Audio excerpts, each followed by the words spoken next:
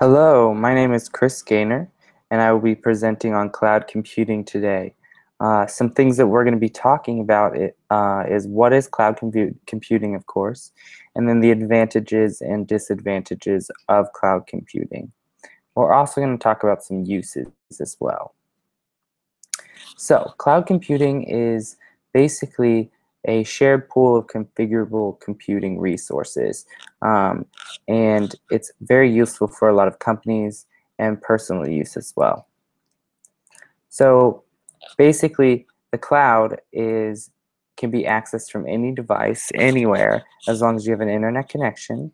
And also, the applications in the cloud can be customized. Also, the storage can be customized, and it's constantly updated. But we'll get more into that in a bit. So the advantages of using the cloud are the price, the speed, the convenience, and it being able to be customized to whatever you want. So first, the price. Generally, you would pay what you use when using the cloud, and those prices are going to be pretty predictable because it gives you maybe what you pay for a certain amount of storage. And also, you never have to pay for any repairs. All repairs or all things that may mess up will be constantly updated. And then there's also no fees for any updates. The speed is wireless fast, as well as the updates are constant. So you never really even know when the cloud is updated. You just kind of go on and it's been changed. The cloud updates kind of happen even when you're not logged in. And it can handle maximum usage. There's no really limit to what the cloud can do handle-wise. So convenience of the cloud, it can be accessed from anywhere. And as I mentioned before, the automatic update is very convenient.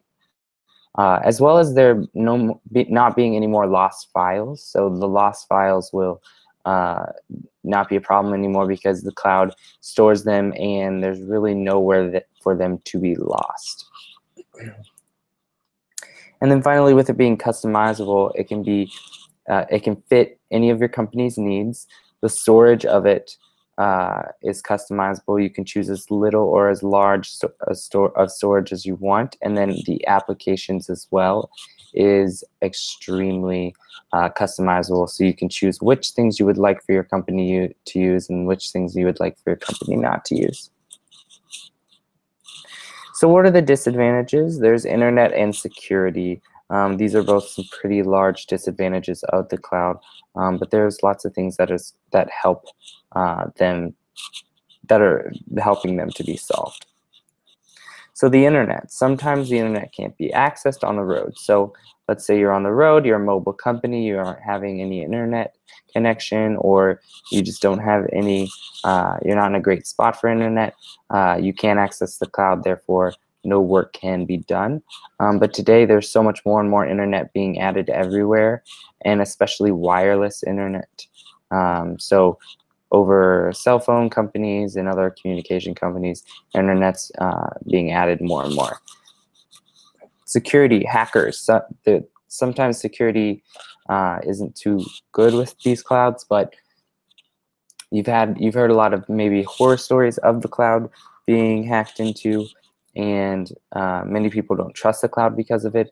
But a lot of people must remember that security is improving every day. There's always something new coming out with security. So that's becoming less and less of an issue as time goes on. And then who uses these? Usually personal people use them for personal uses.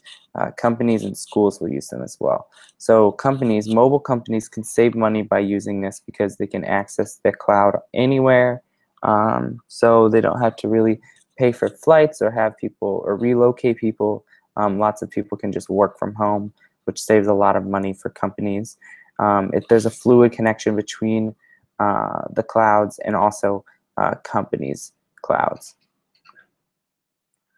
Many people use Gmail and Google Drives for personal use. It helps with home organization and also to keep your family connected, to share documents, photos, anything like that. So personal uses for the cloud is beneficial as well. And same with school uses. So the classroom uses, can cut down on paper, and it's easier to access for students. And then also, it's very controlled. So if you don't want your students going on to one application, you can keep them from doing that. You can choose which access you would like to give them. So there's many different devices that the cloud can be accessed from, but we're going to give you a couple examples of them. Tablets, phones, computers, these are all great. Even more than this can be accessed, can access the cloud.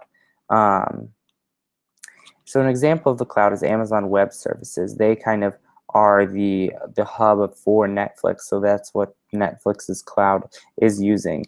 They're using Amazon Web Services to be able to share essentially their cloud with everybody who uses Netflix. So in conclusion, the cloud computing will advance all forms of business and communication. It's a growing system, so it's constantly being updated, and it's always improving, as well as the security. So I think cloud computing is definitely a way of the future, and it's something that lots of companies, schools, and people should begin to adapt.